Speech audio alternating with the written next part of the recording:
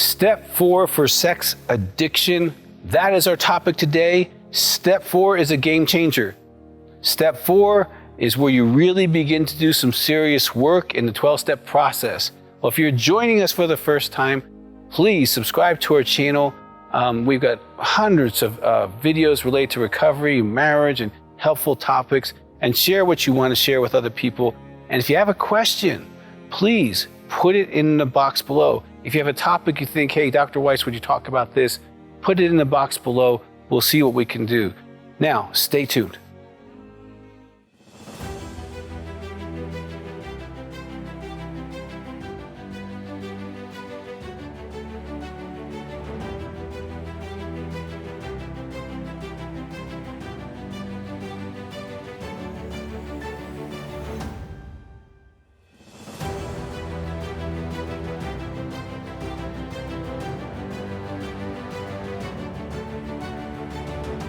Step 4 for sex addiction.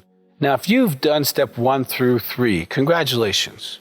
You're not God anymore. Okay, that's fantastic that you learned that. And you've understood that you're powerless. And now you're starting a whole new course. In AA, there's kind of this saying about the 1, 2, 3 shuffle.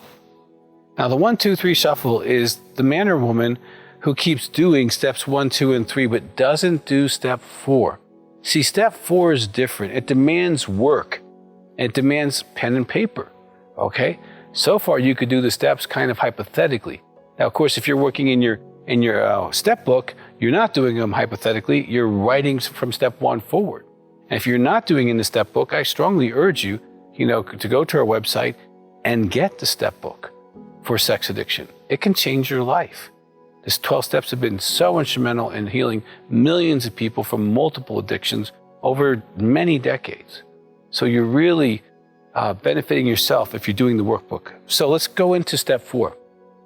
Made. Now here again, we run into that word made.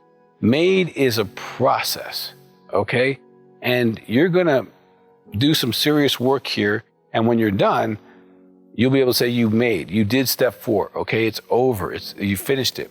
Now, we made a searching and fearless moral inventory of ourselves. That's the whole step. Now, I don't know if you've ever gone searching for something. But when you go searching for something, sometimes you're looking for something specific and you just keep looking and looking and looking, and that's fine. I live in Colorado, and we're guilty of searching as we go outside. We go on hikes, and we don't know exactly what we're looking for, but we're searching for tracks and sounds and animals and things and broken branches, all kinds of stuff. We're just searching around. Now, this is a very specific type of searching because you're not searching externally at all. You're searching internally. You're searching your story. You're searching your heart. You're searching your motives, and you're searching your past. Okay, so he made a searching and fearless moral inventory. Now, fearless means no matter what you find, you're going to look at it. I've made lots of mistakes in my addiction. If you're a sex addict, you've made hundreds and hundreds of bad decisions. Okay, now some of them are the same bad decision. All right, you might have hurt people. You might have been the perpetrator of pain. You might not want to be honest how you contributed to the pornography industry or other industries in your town, community, or globally. You might find that you're not such a wonderful man or woman, that you were selfish, that you let your sex addiction damage maybe your family, maybe your marriage, maybe other relationships. You might have lost jobs. You might have never finished school or never got that certification or taken that career path because you were too busy. Or maybe you lost those opportunities because of your sex addiction. I've known people who went to school for 12, 15 years to become medical doctors, and they lost their license. They can't practice medicine anymore because of their sex addiction. So it's a searching and fearless. Now, fearless means you are going to be honest. And one of the things about the 12 steps is the whole program of recovery is one of rigorous honesty. So when you're searching and you find something, And maybe it doesn't say the best thing about you, that you're not going to run away from it, that you're going to face it. You're going to face your immaturity. You're going to face the way you made that decision. You're going to face the consequences of that decision, honestly. You're not going to blame somebody. You're not going to blame your family of origin. They created the pain, but they did not create the path for the medicine. Okay, you're not going to blame your perpetrators, because there's lots of people who are sexually abused who don't act out the way we do. Okay, so we have to face our own stuff. How we made decisions, how we took the pain of our lives, maybe, medicated, ran from it, avoided it, okay, and in the process of doing that, hurt ourselves and others. So we made a searching and fearless moral inventory of ourselves. Now, an inventory, okay, and in our step book, I really kind of highlight this. An inventory is what you got. It's not what you wish you had. I might have wished I had great parents. I might have wished I had a, spiritual background. I might have wished that I was raised morally. None of those are true for me, and probably not for many of you, okay? I might wish what I had, but it's not what I had. And inventory is actually what's in the store. It's actually what's on the shelf. If you've ever gone to some of the big chains, like Costco or Walmart or Sam's Club, every once in a while you'll see these people with their little computer things, and they're just scanning things, and they're checking to see what's on the shelves, to see what the inventory is. And that helps them make decisions and order things and do stuff. In the same way, as you search and you find stuff and you record it, you're going to want paper for this step.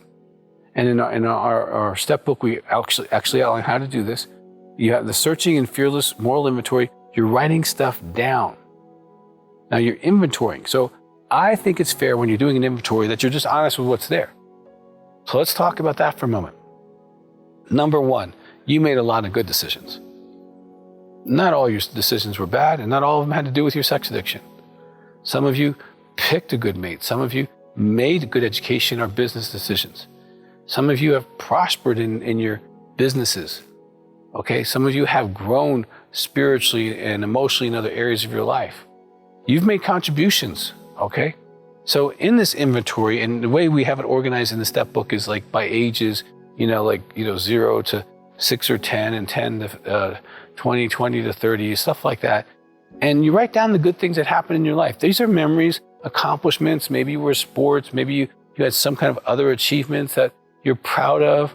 Maybe you did things that were just kind to people.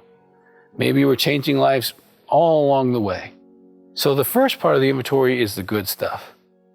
Because you got to be honest. You're not all bad.